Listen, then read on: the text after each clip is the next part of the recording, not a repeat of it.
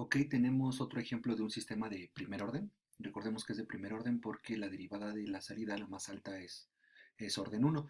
Y específicamente en este modelado tenemos que la entrada es la X y la salida es la Y, pero en el modelado matemático aparece la derivada de la entrada, ¿no? O sea, la entrada sigue siendo la X, vaya, pero en el modelado matemático aparece la derivada de la entrada.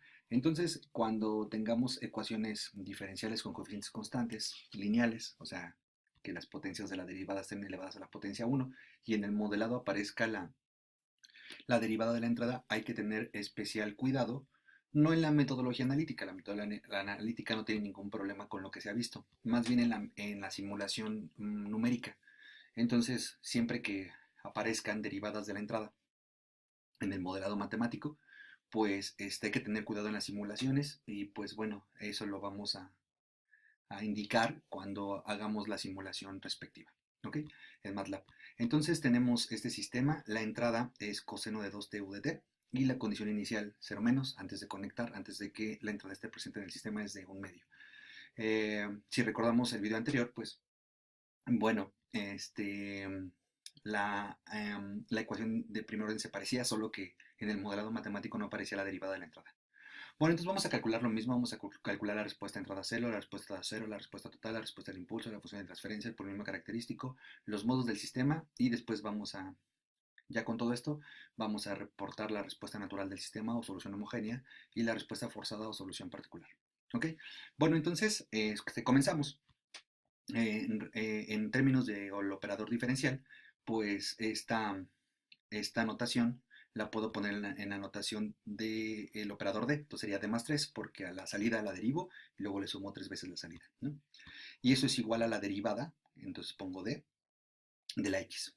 Por lo tanto, el Q de D es esta operación, que es D más 3, y el P de D es D. Recordemos que la función de transferencia es PDS entre QDS, es decir, evaluamos en esta expresión en lugar de D ponemos S y en esta expresión en lugar de D ponemos S. Entonces aquí sería S más 3.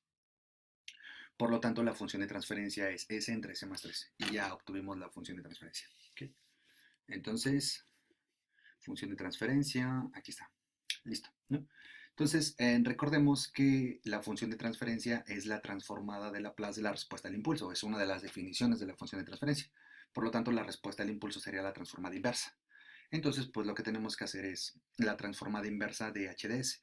Y aquí hay que tener cuidado. Recordemos que si queremos hacer fracciones parciales, para que se puedan hacer fracciones parciales, la función de transferencia debe de ser una función racional estrictamente propia. ¿Qué significa? Que la potencia más grande del polinomio del denominador debe de ser más grande que la potencia del numerador, lo cual no sucede porque la potencia en el numerador es uno y la potencia en el denominador es uno, ¿no? El grado de los polinomios que aparecen es el mismo. Entonces, pues cuando esto sucede, antes de hacer las fracciones parciales hay que hacer la división. Entonces hay que dividir S entre S más 3. Toca de a 1, por S queda menos S y 3 por 1 queda menos 3. Simplificamos y queda 0 y menos 3. Y acabamos la división porque esta es una constante que tiene grado 0 y este tiene grado 1. La división se termina cuando el que está dividiendo, el denominador, tiene potencia más grande que el residuo. ¿Ok? Grado más grande que el residuo, lo cual está sucediendo aquí. Por lo tanto, ¿cómo reescribo estos datos? Pues digo que la división es entre S más 3, toca de a 1 y el menos 3 se sigue dividiendo entre S más 3, ¿no? Eso lo indicamos así. Por lo tanto, claramente si uno hace esta fracción, o sea, si multiplicamos S más 3 por 1 y restamos menos 3, hacemos la fracción, vaya, no multiplicamos cruzado, pues llegamos a esto, ¿no? Por lo tanto, esta descomposición es correcta. Y ahora sí ya podemos aplicar transformada inversa, ¿no? Entonces la transformada inversa es lineal, entonces transformada inversa de 1 es una delta de Dirac y la transformada inversa de 3 entre C más 3 es 3 que multiplica a E a la menos 3 t u de t. Por lo tanto, esta es la respuesta al impulso. Observen que apareció una delta y precisamente lo que hemos encontrado es la respuesta al impulso. ¿Ok? Entonces, observen que la respuesta al impulso tiene una delta, ¿no? En su expresión analítica. Precisamente esta delta es lo que ocasiona que se tenga el cuidado en la simulación numérica. Este, digamos, este efecto se manifiesta en la simulación numérica en una situación en específico que comentaré más adelante. Ok, nos piden cuál es el polinomio característico. El polinomio característico es el denominador de la función de transferencia, es decir, es QdS. Por lo tanto, el polinomio característico es S más 3. Listo. Entonces, polinomio característico, ya lo tenemos, es S más 3. Y una vez que uno tiene el polinomio característico, pues puede encontrar los modos del sistema, es decir, estas funciones que están asociadas al sistema de manera natural. Y en este caso, ¿cómo encuentras el modo del sistema? Pues lo puedes pensar de la siguiente forma. El polinomio característico está en el denominador de la función de transferencia. Por lo tanto, como esto está en el denominador de la función de transferencia, la transformada inversa de este factor en el denominador genera una exponencial de la forma e a la menos 3t u de t. Por lo tanto, este factor en el denominador genera esta función. Por lo tanto, este es el modo del sistema. ¿Sale? Es e a la menos 3t u de t. ¿Cuántos modos tengo? Pues voy a tener tantos modos como el orden del sistema. Como es de orden 1, solamente tengo un modo del sistema. Si la ecuación diferencial fuera de orden más grande, por ejemplo de orden 2, pues el QdS sería un polinomio cuadrático y por lo tanto tendría dos modos del sistema. Y si fuera de orden 3, tendría tres modos del sistema y así sucesivamente. ¿Cuáles son los modos del sistema? Pues tendría que ver cómo factorizo el QdS para ver cuáles son las transformadas inversas que me generarían esos factores en el denominador de la función de transferencia. Por lo tanto, el modo del sistema es e a la menos 3t u de t. Listo. Y para encontrar la respuesta entrada cero, la respuesta estado cero, la respuesta total y después hacer el agrupamiento para encontrar la naturalidad forzada, pues simplemente empezamos a aplicar transformada de Laplace. Y bueno, elegimos alguna metodología para encontrar la transformada inversa y así encontrar la solución de la ecuación diferencial que representa la salida del sistema. Entonces procedemos a hacer el cálculo de la solución aplicando transformada de Laplace. Entonces, transformada de Laplace del lado izquierdo, quedaría la transformada de Laplace del primer término, para la transformada de Laplace del segundo término, porque la transformada de Laplace es lineal, y la transformada de Laplace del segundo término, que está a la derecha de la ecuación diferencial. Entonces, transformada de Laplace de la derivada sería s y de s menos y de 0, ¿no? Es la transformada de Laplace de la primera derivada, más la transformada de Laplace de 3y de t, pues eso es 3y de s. Sale la constante 3, porque la transformada de Laplace es lineal, y nos queda y de s. Y del lado derecho, pues la transformada de Laplace de x de t es sx de s menos x de 0.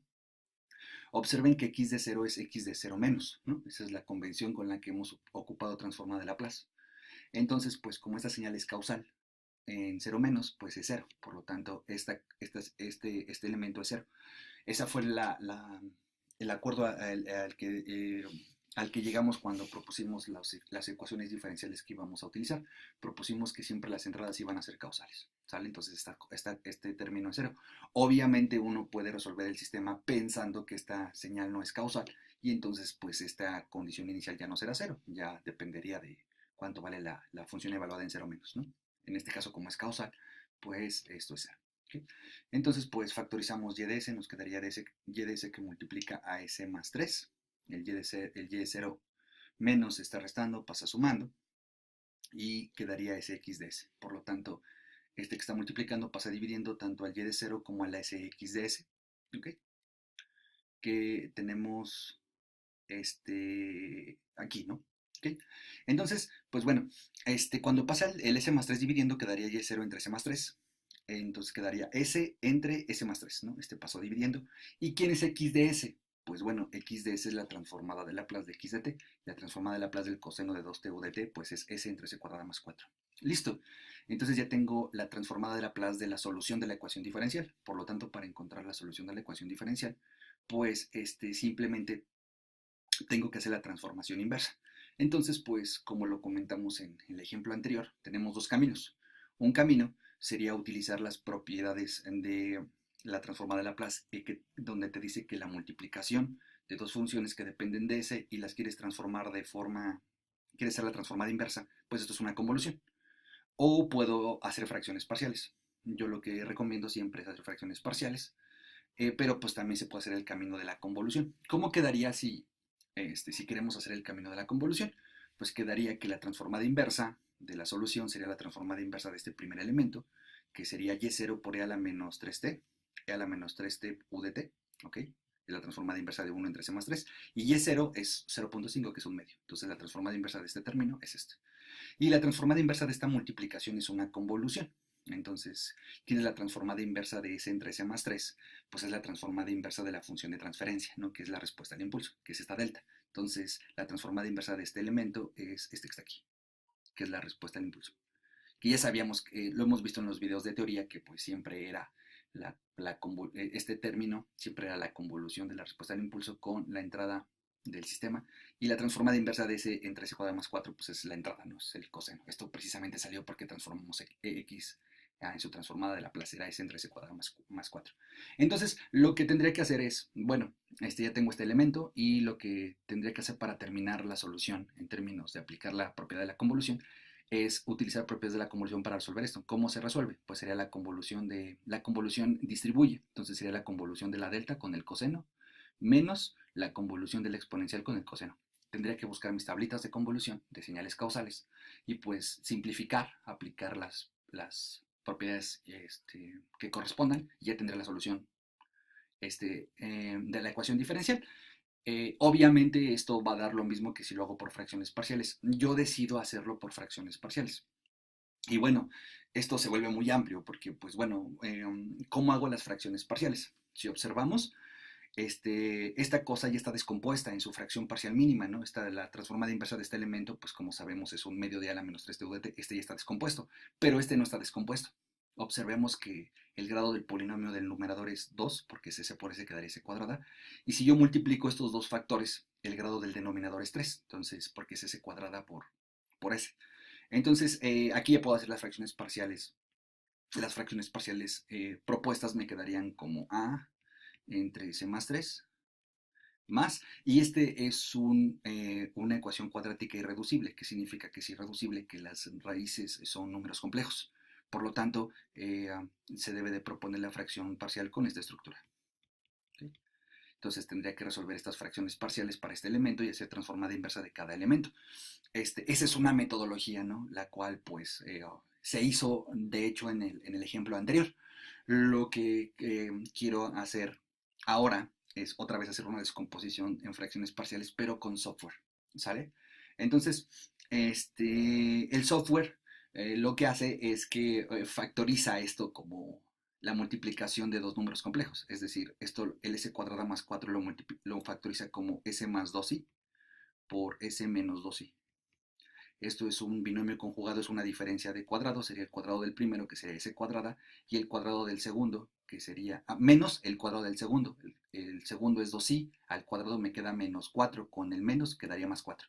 Entonces el software hace esta factorización y por lo tanto arroja dos términos que tienen números complejos, ¿no? Entonces, si uno decide hacerlo con software, pues va a pasar esta descomposición, ¿no?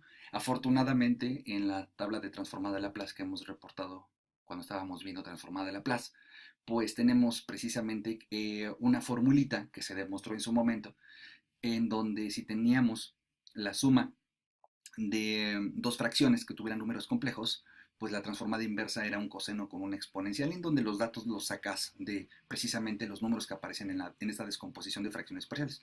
Entonces el software nos arroja esto, y sería un problema si tuviéramos que invertir de regreso porque habría que hacer mucha álgebra, ¿no? No es difícil, pero pues es laborioso. Pero ya tenemos la formulita, ¿no? Entonces, pues bueno, ¿cómo se hace la descomposición en fracciones parciales con MATLAB? Lo único que tengo que hacer es utilizar el comando residue, y el residue me va a arrojar tanto los numeradores como los números que restan a la S, y en el caso que la función racional, que es polinomio entre polinomio, no sea estrictamente propia, entonces me va a arrojar las constantes el término que quedaría al dividir, ¿no? En este caso no es necesario dividir porque el grado del denominador es más grande que el numerador, ¿ok? Entonces, voy a utilizar MATLAB, ¿sale? Para descomponer este término en estas fracciones parciales, y posteriormente para sacar la transformada inversa de estos dos elementos, ¿sale? Voy a llevarlos a este formato con una operación algebraica, ¿sale? Una equivalencia algebraica, y después ya que tenga este formato, pues ya escribo la inversa de forma directa aplicando esta formulita. Entonces, ¿eso cómo se hace? Entonces, lo que tendré que hacer es lo siguiente. Voy a poner la variable r, p, k, ¿sale?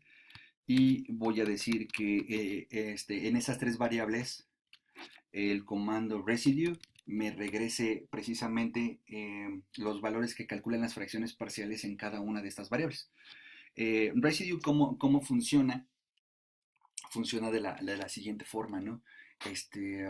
Lo que hace es que te regresa el valor, R va a ser un arreglo, donde te va a regresar R1, te va a regresar R2, y así sucesivamente, Rn, ¿sale? P va a ser un arreglo que va a guardar los valores que le restas a la S, P1, S menos P sub 2, hasta S menos P sub n, ¿sale? Y K, pues te va a regresar los coeficientes que tengas aquí, ¿no? ¿Okay? Más una PDS, ¿no? Más una KDS. Te va a regresar lo que haga falta en el caso que hayas tenido que dividir, ¿no? La fracción parcial original. Entonces, teniendo esta descomposición en mente, ¿okay? Voy a borrar esta parte. Teniendo esa descomposición en mente, más la K, ¿sale? Voy a descomponer la fracción parcial que me interesa, ¿no? Entonces, en residue tienes que poner, tiene dos argumentos, ¿sale? El argumento de arriba es el numerador que vas a, el numerador de la fracción que quieres descomponer. En este caso era S cuadrada. Entonces, ¿eso cómo lo pones? Lo pones como 1, sería 1S cuadrada, 0S y una constante. Tengo que poner estos ceros para que sepa que este coeficiente corresponde al coeficiente de la S cuadrada. ¿Ok? Y en el denominador, lo que teníamos era... En el denominador lo que teníamos era S más 3 por S cuadrada más 4. Tengo que hacer esta multiplicación de S cuadrada más 4 por S más 3 para ver los coeficientes de todas las potencias y ponerlo en el segundo argumento de residue. Pero pues bueno, mejor voy a hacer la multiplicación con ayuda de MATLAB, aprovechando, ¿no? Entonces uno es S más 3 y el otro es S cuadrada más 4.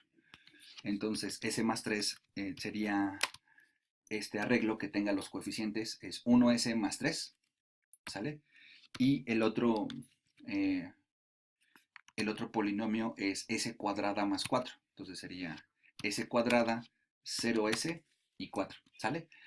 Pero necesito multiplicar estos dos polinomios. Entonces resulta ser que la instrucción comp me multiplica los polinomios. No necesito ponerle a esto variables, porque pues precisamente este está configurado para que al poner los arreglos con los coeficientes, pues te va a regresar un arreglo en donde interpretas que el elemento de la izquierda es el coeficiente de la potencia más grande y así en forma decreciente. Entonces, con estas convenciones puedes saber a qué polinomio se refiere. Entonces, en el numerador tengo S cuadrada 0S más 0 constante, entonces es S cuadrada. Y abajo tengo los coeficientes de la multiplicación de S más 3 por S cuadrada más 4. ¿Okay? Y lo que quiero es que me regrese cuál es la descomposición en fracciones parciales en el vector R, P y K, en donde R son los coeficientes de arriba, P son los números de abajo. Observen que me va a regresar P y necesito restarle el valor de P que regrese, ¿no? ¿Okay? Entonces, bueno, hago eso. Y aquí me regresa los datos, ¿no? Entonces, el R1 es 0.6923 entre, este es el R1, R2, R3, R1, R2, R3, ¿sale? El R1 es 0.6923 entre S menos este valor de P. El valor de P es menos 3 real, es 0 imaginario. Entonces sería S más 3. Entonces 0.6923 entre S y como este es negativo, S más 3. Entonces si observamos es 0.6923 entre S más 3. Aquí está. Entonces esta descomposición me arroja esta primer fracción. La siguiente sería este R2, que es este número que va aquí arriba, entre S menos P2, entonces sería entre S menos 2, ¿no? Entonces sería este número complejo entre S menos 2i, ¿no? S menos 2i, porque el P2 es 2i, cero real, ¿no? Aquí está. Y el otro es el conjugado, ¿no? Este va a quedar R3, que sería el complejo conjugado del R2, que va aquí arriba, entre S menos P3, pero este P3 es menos 200, sería más 2i. Aquí está. Y pues precisamente así es como hice la descomposición. Recuerdo que uno puede hacer la propuesta de descomposición de fracción parcial como se hizo en el video pasado, como un lineal y un cuadrático irreducible, y bueno, eso también funciona. Aquí es como pues, una alternativa, ¿no? Para cuando sea necesario descomponerlo. Así. Entonces observen que ya tengo la transformada inversa de esto, pues es directa, es esta constante por e a la menos 3t, aquí está, ¿no? Es esta constante por e a la menos 3t, este pedacito es este, ¿sale? Y estos dos casi están en el formato, ¿por qué? Porque ya tengo ese y un número complejo, y ese y el número complejo conjugado. Observen que aquí es j omega, aquí es menos j omega, ¿no? ¿Okay? Ya tengo el denominador, sí está en este formato, pero el numerador no está en el formato correspondiente, porque este número complejo está en forma cartesiana, es decir, parte real más parte imaginaria. Lo que me dice aquí es que el número complejo que está arriba lo debo de poner en su forma polar y factorizarle un punto 5, ¿no? Esto pues ya se demostró en su momento que sí está equivalente a la formulita de la izquierda, ¿no? Pues no vamos a ahondar porque es el punto 5 ahí, pero debe de ir, ¿no? Para que esta fórmula sea cierta.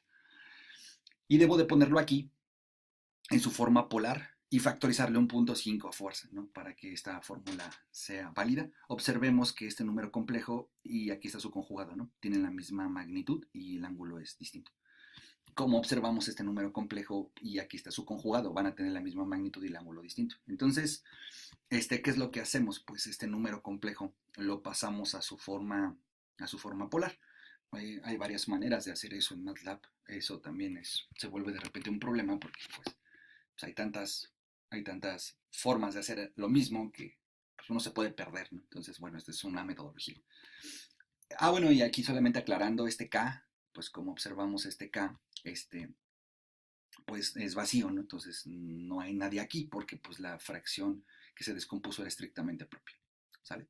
Bueno, entonces voy a borrar esta parte y voy a tomar el valor absoluto de las R's, ¿no? ¿Okay? Aquí está.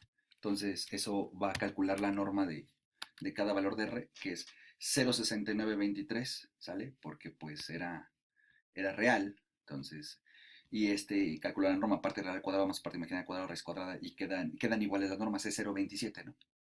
Pero entonces voy a multiplicar por 2 y dividir entre 2, entonces el 0,27, 2774 por 2 me queda 0,55 y divido entre 2, ¿ok? ¿Por qué hago eso? Porque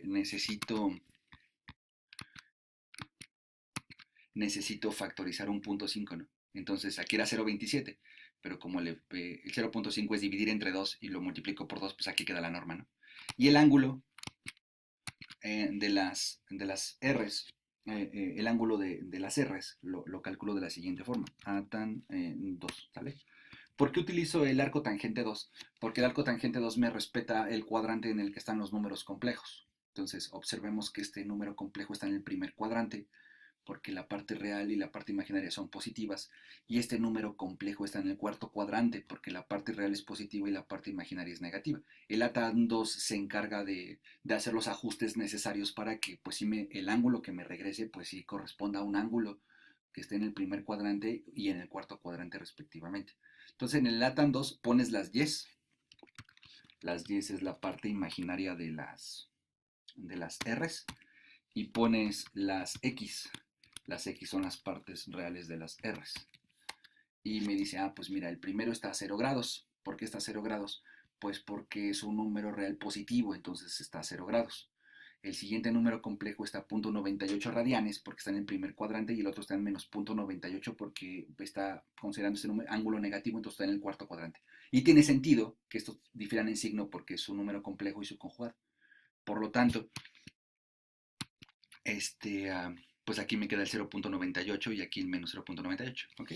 Entonces ahora sí, pues ya descompuse este pedacito se partió en estos tres elementos, ¿ok? Y entonces transformada inversa del primer elemento es 1 medio de a la menos 3t u de t, y estos dos se partieron en estas tres componentes. La transformada inversa de este pedacito es una exponencial con e a la menos 3t u de t con esta constante, y estos dos, según esta fórmula de transformación, se convierte en r. ¿De dónde sacas el r? Que es la norma del número complejo que estaba aquí, que sería 0,5547, ¿ok? Por e a la menos at. El a es la parte real que aparece en el denominador, pero si se fijan en el denominador tengo la variable s, la parte imaginaria y la parte real vale 0, entonces sería e a la 0, que eso es un 1. Por lo tanto, esto no tiene, la exponencial no aparece de forma explícita porque el valor de a es 0. Y luego coseno de omega t, ¿de dónde sacas el omega? Es la parte imaginaria del número complejo que está abajo, que en este caso sería 2, entonces sería coseno de 2t. ¿Quién es teta? Pues es el ángulo del número complejo que está en el numerador, que en este caso es 0,9828. Listo. Y ya saqué la transformada inversa de este término, ¿ok? Por lo tanto, pues ya saqué la solución de la ecuación diferencial. Obviamente cuando uno haga convolución, pues tiene que llegar a esto, ¿no? Va a llegar a esto o algo equivalente, ¿sale? Algebraicamente hay muchas equivalencias, pero bueno, tendría que ser lo mismo.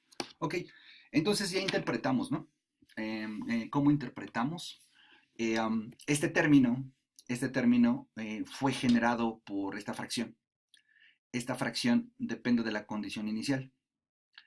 Esta fracción sobrevive si la entrada es 0. Si la entrada es 0, este sería un 0 y esto no estaría. Por lo tanto, esta es la respuesta a entrada 0. Es lo que sobrevive de la solución si la entrada es 0. De manera similar, esta fracción está asociada a estas dos funciones, porque recordemos que estas dos fracciones se convirtieron en un coseno, entonces quedaron al final dos funciones. Entonces, esta parte de la solución está asociada a la entrada, ¿no? ¿Ok? Y esta parte de la solución sobrevive si la condición inicial hubiera sido 0, este no está, pero esto sobreviviría. Por lo tanto, esta es la respuesta a estado 0. ¿Ok? Y la solución de un sistema es la respuesta a entrada 0 más la respuesta a estado 0. Entonces, ya tenemos la respuesta a entrada 0, ya tenemos la respuesta a estado 0, y evidentemente, pues esta es la solución total. O sea, ya tenemos la total. ¿Sale? Tenemos la total en el formato respuesta entrada 0 más respuesta estado 0. Ya habíamos calculado la respuesta del impulso, ya habíamos calculado la función de transferencia, el polinomio característico, el modo del sistema.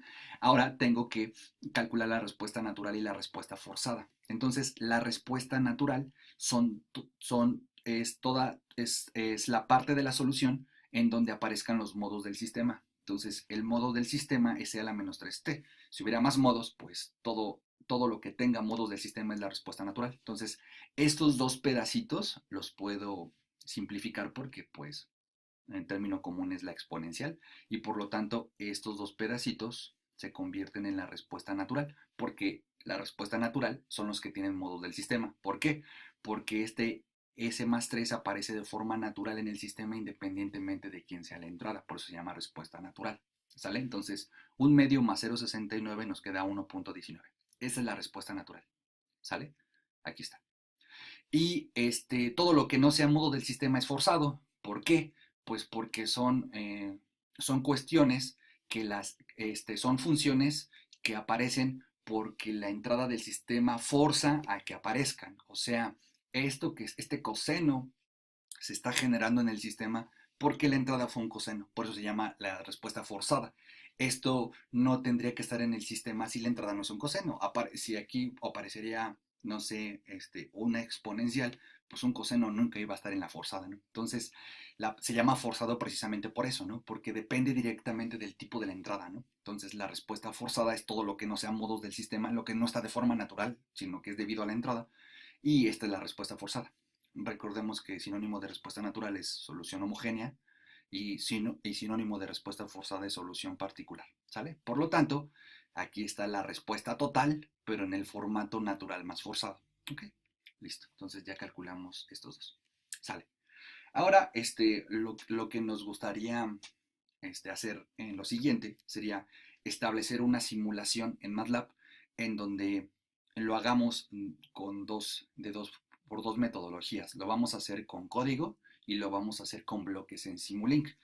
Pero antes de mostrar el código de la simulación, me gustaría hacer la siguiente observación. ¿Qué pasa si evalúas la respuesta total? ¿Qué pasa si la evalúas en cero? Si la respuesta total la evalúas en cero, entonces te quedaría e a la cero, que esto es un 1, entonces te quedaría 1.19. Aquí está. Y si esta cosa la evalúas en cero, pues quedaría coseno de 0.9828 por 0.5547. Aquí está. Si la evalúas en cero es 1.5. ¿Sale? ¿Qué significa esto? La respuesta total evaluada en cero ya tiene el efecto de la entrada. Por lo tanto, cuando evaluamos en cero a la respuesta total, le vamos a llamar cero más, porque ya se ven los efectos de la entrada. La entrada era un coseno, ¿no?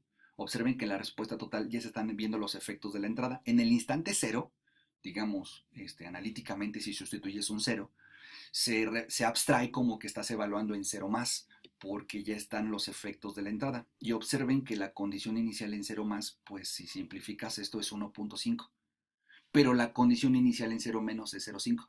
Entonces, en general eso va a suceder. En general lo que va a suceder es que cuando en el modelado matemático aparezcan derivadas de la entrada, las condiciones iniciales cero menos y las condiciones iniciales cero más son distintas. ¿Sale? Esa es la observación. ¿Por qué es importante hacer esta observación? Pues es importante hacer esta observación porque en el software la condición inicial que se pone es la cero más. Entonces, si tú no tienes cuidado con eso y quieres hacer una simulación de la solución de una ecuación diferencial con software y no tienes cuidado de indicar la condición cero más en, en el algoritmo del software, pues al momento de querer comparar con tu analítico, si es que puedes calcular el analítico, pues no va a ser igual, ¿no? Vas a entrar en conflicto. Entonces nada más hay que tener ese cuidado. ¿Ok? Esto no sucede cuando no aparecen derivadas de la entrada. O sea, si no hay derivadas de la entrada en el modelado, las condiciones iniciales cero más y la cero más y la cero menos son las mismas. Y pues la condición que debes de meter en el software, pues es la que conoces de entrada, ¿no? Pero si hay derivadas de la entrada, entonces hay que hacer estos ajustes, ¿no? De la misma forma, ¿no? ¿Cuál es la respuesta a estado cero? La respuesta a estado cero son estos dos pedacitos, ¿no? Entonces, si estos dos pedacitos los evalúas en cero, te da 1, ¿ok? Entonces, pues precisamente cuando yo quiera emular en el software, calcular la respuesta a estado cero, ¿sale? Pues resulta ser que en el software le debo de poner condición inicial 1, ¿no? No, o sea, conceptualmente no coincide, ¿no? Porque si estoy calculando la respuesta a estado cero, pues se supone que estoy calculando cuando la condición inicial es cero. Pero en términos de software tienes que ponerle condición inicial 1, porque en el software no pones las condiciones iniciales 0 menos, sino pones la 0 más, ¿sale? Ese es algo que pues, podría causar conflicto, pero bueno, es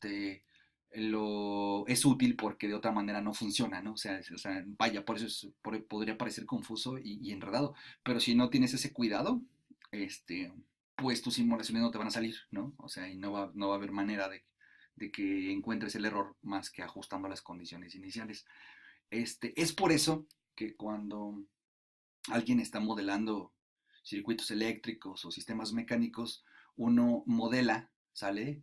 La relación de la entrada y la salida del sistema y uno quiere evitar derivadas de la entrada, ¿no? O sea, siempre quieres evitar que en el modelado aparezcan derivadas de la entrada, porque si no las evitas, hay que hacer estos ajustes, ¿no? Aquí otra cosa que cabe aclarar también es que algunas metodologías de ecuaciones diferenciales hacen referencia a las condiciones iniciales cero más. Entonces, digamos que si estás resolviendo una ecuación diferencial por metodologías de ecuaciones diferenciales usuales, como el llamado solución homogénea más solución particular, las condiciones iniciales con las que tienes que trabajar estas metodologías son con la cero más. Si estás trabajando o sacando la solución de una ecuación diferencial con transformada de Laplace, como hemos definido transformada de Laplace con todo lo que se ha construido a lo largo del curso, pues es importante que trabajes con las condiciones iniciales cero menos para que todo concuerde, ¿no? Y tenga esta armonía. Entonces, bueno, con todos estos detalles que he comentado, voy a proceder a hacer las simulaciones con código y posteriormente con Simulink. Y bueno, este, aclarando en cada momento qué condiciones iniciales estoy sustituyendo y cuáles eran las originales. Aquí tengo la estructura de la ecuación diferencial y quiero resolverlo con software. Entonces, lo tengo que hacer en dos pasos. ¿Sale? Esta en la línea 45 es una variable que voy a ocupar, pero que podría prescindir de ella. Ahorita indico en qué momento podría prescindir de ella. Lo que tienes que hacer es declarar una función anónima que dependa de t y de y, en donde asignes el despeje de la derivada de la ecuación diferencial. Observemos que si despejamos la salida de la ecuación diferencial nos quedaría x punto menos 3y. Entonces eso es lo que programamos aquí. Sería x punto, pero x es el coseno de 2t. La derivada del coseno es menos 2 seno de 2t. Entonces es x punto, cuando x es esto, menos 3. Entonces esta es la f, ¿no? Despejando y punto sería x punto menos 3y, ¿no? Entonces, lo que tenemos es que la derivada de x es menos 2 seno de 2t. Entonces es x punto menos 3y. Esa es la función anónima. Y después tienes que utilizar la instrucción. Hay varias instrucciones. Después podemos comentar un poco cuál es la diferencia de las instrucciones para el algoritmo encapsulado en MATLAB en esta función.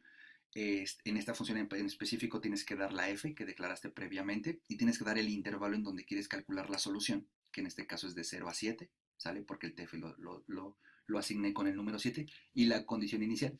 Observen que la condición inicial que estoy poniendo aquí es la condición inicial 0,5, lo cual es incorrecto, porque yo lo que comenté anteriormente es que la condición inicial debe de ser la condición inicial 0 más, que era 1,5, pero lo hago a propósito para ver que cuando grafico esta solución numérica, pues es la línea en azul. Y la línea en azul no coincide con la analítica que es la línea en rojo. La línea en rojo está debajo de esta línea amarilla, por eso no se ve la línea roja casi, ¿no? Aquí está la línea en rojo, está debajo de estas bolitas amarillas, ¿ok? No va a coincidir la analítica con la numérica si no tengo ese cuidado, ¿ok? Entonces, pues graficamos esta solución, ¿sale? Y dice precisamente que es la solución numérica con condiciones iniciales 0 menos, es la azul, ¿sale? Después aquí programamos como función anónima la solución analítica que obtuvimos con transformada de Laplace. Hacemos un tiempo precisamente desde 0 hasta 7 y graficamos este tiempo y evaluamos esta función en todos estos valores de la y eso lo desplegamos. Y esto se grafica en rojo, ¿no? Se grafica en rojo, casi no se ve porque las bolitas amarillas lo tapan, pero está debajo de las bolitas amarillas. Y posteriormente ya vuelvo a utilizar el OD45, pero ya con la condición inicial corregida, ¿no? Y esta condición inicial corregida, pues ya son las bolitas amarillas que tapan, ¿no? Y pues precisamente ya coincide. Esto solamente lo hago para que se observe que si la condición inicial no la corriges, pues la simulación va a ser incorrecta, ¿sale? Ahora me gustaría graficar la respuesta a entrada 0 y la respuesta a estado 0. ¿Cómo emulo eso con MATLAB? Pues sería la respuesta a entrada 0. La respuesta a entrada 0, pues entonces no tengo entrada y el despeje de la y punto es menos 3y. Entonces la f se convierte en menos 3y simplemente.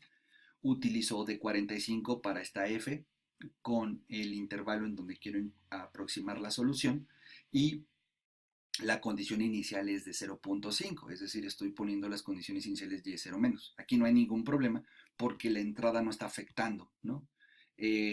No se está manifestando la derivada de la entrada, que es lo que ocasiona que la 0 menos y la 0 más sean distintas. De hecho, si recordamos, la respuesta del impulso era una delta, ¿no? Esa delta, cuando la haces convolución con la entrada, como que mueve las condiciones iniciales abruptamente para que se vayan de 0,5 a 1,5, ¿no? De forma instantánea. Esa sería una manera de interpretar la aparición de esa delta en la respuesta al impulso, ¿no? Bueno, entonces pongo la condición inicial en 0 menos, ¿sale? Grafico bueno, aquí asigno a esta función anónima la solución a entrada 0 analítica y grafico la natural, ¿no? La natural era 1.1923 por a la menos 3t, ¿no? Entonces, pues aquí observamos cómo el analítico está debajo de las bolitas en azul, que es una línea en rojo, y el numérico coincide con el analítico mediante la abstracción que hice, y la natural pues no necesariamente coincide con la respuesta a entrada 0, ¿no? Aquí está, ¿sale? Listo. Y por último, pues voy a graficar la respuesta a estado 0, ¿sale? La respuesta a estado 0 y la respuesta forzada. La respuesta forzada va a ser la amarilla y la respuesta a estado 0 va a ser la azul. Pero aquí nuevamente tengo que hacer eso. Aquí está otra vez la entrada, ¿no? Entonces cada vez que aparezca la entrada y en el modelado había una derivada, tengo que poner la condición inicial aquí. Aunque conceptualmente es la respuesta a estado 0, digamos, aquí tendría que poner un 0, ¿no? Pero eso es siempre y cuando en el modelado matemático no aparezcan derivadas de la entrada. Este número 1 lo calculé previamente, ¿no? Que era evaluar la respuesta a estado 0 en 0, ¿no? Entonces aquí era 1. Entonces, pues, para que funcione bien, no coincide conceptualmente porque es la respuesta a estado 0, pero tengo que hacerlo en 1 porque el software funciona con condiciones iniciales 0 más, ¿sale? Y el modelado matemático, cuando aparecen las derivadas de la entrada, mueve esas condiciones, ¿sale? Entonces, aquí lo ajusto, precisamente por eso la línea roja que representa la respuesta a estado 0 analítica coincide con las bolitas en azul que son las numéricas, y por otro lado también declaramos la respuesta forzada, ¿sale? Que nada más era el puro coseno solito, que es la línea en amarillo. Y ahí tenemos la simulación, ¿sale? Ahora lo que vamos a hacer a continuación es hacer la misma emulación con el mismo cuidado de las condiciones iniciales, pero en Simulink. Aquí está el diagrama de Simulink. En el video pasado explicamos más o menos cuál es la idea de utilizar Simulink, entonces pues en este video, para no hacerlo todavía más largo, vamos a, vamos a omitir esa breve explicación de cómo funciona Simulink. Y simplemente lo que hacemos es lo siguiente. Estamos pensando que esta es la entrada, este es el tiempo, entonces la entrada es coseno de 2t. Estos bloquecitos se tienen que programar con la letra U, así es la sintaxis, entonces cuando aquí entre t va a calcular coseno de 2t, ¿sale? Aunque la sintaxis sea con U. Pero en el sistema lo que tenemos es la derivada de la entrada. Entonces aquí tengo la derivada de la entrada. Nuevamente la idea de Simulink es despejar a y punto. Y punto sería la derivada de la entrada menos 3y. Entonces aquí tengo la derivada de la entrada en la salida de este bloque, ¿sale? Porque aquí la derivé con este bloquecito de Simulink. Entonces aquí ya tengo la derivada de la entrada. Como aquí tengo y punto, si la integro, que es 1 entre s, ese es el bloquecito de integración. Es bueno resaltar que 1 en s es la notación de integral para Laplace, ¿no? Si uno recuerda la transformada de Laplace de una integral, pues era 1 entre s y de s, ¿no? Entonces este bloquecito de integración está en notación de Laplace. Entonces aquí sale y. Como sale y, lo multiplico por menos 3 y aquí sale menos 3y y lo sumo. Por lo tanto, y punto es igual a x punto menos 3y. ¿Ok? Y en este bloquecito, como lo he comentado anteriormente, en el bloquecito se ponen en el software, se ponen las condiciones iniciales 0 más. Entonces la 0 más era 1,5. No pongo el 0,5 que es el 0 menos. Como podemos observar, la condición inicial es 1,5. ¿Sí? Si le doy doble clic, cambia la condición inicial. Y esta que está aquí es la expresión analítica de la respuesta total, ¿no? Entonces, esta simulación de hasta 10 segundos está simulando, ¿vale? Ok, ya terminó. Entonces, veo el osciloscopio y en el osciloscopio coincide la 0 más, que es en 1,5, ¿sale? Con la solución analítica, ¿no? Aquí está, encima, ¿no? Eso coincide el numérico con la evaluación del analítico. Ok, ¿sale? Entonces, repito, hay que tener ese cuidado. Ahora, pues vamos a ver cómo haríamos con Simulink la respuesta a entrada 0 y la respuesta a estado 0. Entonces, la respuesta a entrada 0, pues no tengo entrada, ¿ok? No tengo entrada. Entonces, el despeje de y punto, aquí está y punto, imagino que aquí tengo y punto, a la integral sale y lo multiplico por menos 3 y digo que y punto es igual a menos 3y, ¿no? Aquí está. Esta es la solución analítica de la respuesta a entrada 0. y la condición inicial es la 0 menos, ¿sale? Y bueno, esa es la condición inicial que tengo en el bloque de integración. Y pues cuando simulo, listo, ya terminó. Observo que pues coincide la condición inicial 0 menos con el numérico y el analítico. Listo, ¿sale? Ahora voy a calcular la respuesta a estado 0. Entonces la respuesta a estado 0 sería lo siguiente, sería despejo y punto es x punto menos 3y. Entonces aquí tengo y punto, es este x punto, aquí la derivé, menos 3y. Entonces aquí es y punto, la integro y sale y, multiplico por menos 3 y es menos 3y más x punto, aquí está, ¿sale? Conceptualmente necesito la respuesta a estado cero, pero pues como lo he comentado hasta el cansancio, como pues las condiciones iniciales cuando aparecen derivadas de la entrada en el modelado, la 0 menos y la 0 más en general no son las mismas, tengo que calcularlas, y en este caso cuando la calcule me dio un 1, pues tengo que simular con condición inicial 1, ¿ok? Aunque conceptualmente no es correcto, pero para la simulación numérica necesito hacer eso.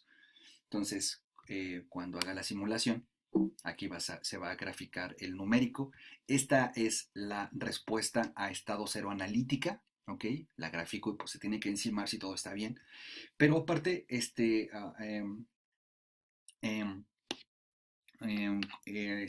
Simulink tiene una herramienta que es una función de transferencia.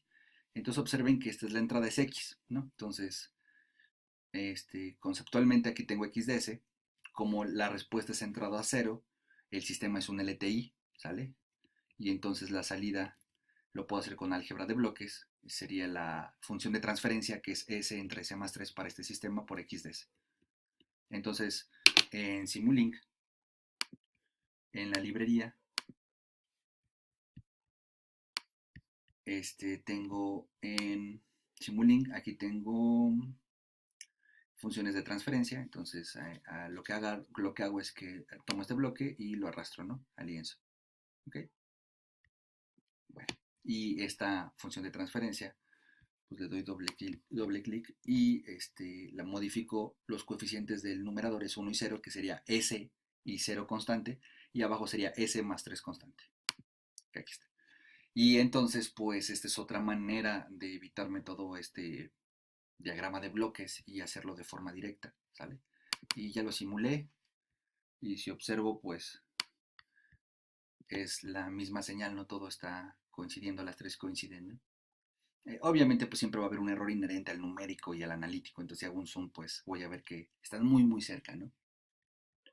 Entonces, bueno, esta es la manera en cómo se resuelven los sistemas. La ventaja de haberle invertido tiempo a ver este video es que los sistemas se resuelven así, ¿no? Los de orden n se resuelven así. Todos es exactamente el mismo concepto. Lo único que va a suceder es que va a haber más modos del sistema, va a haber más fracciones parciales que resolver, pero conceptualmente respuesta a entrada cero, respuesta a estado cero, respuesta natural, respuesta forzada, respuesta al impulso, fusión de transferencia, es el mismo concepto, solamente que hay que hacer más operaciones porque hay más fracciones parciales por resolver. Pero bueno, hasta aquí dejamos este ejemplo.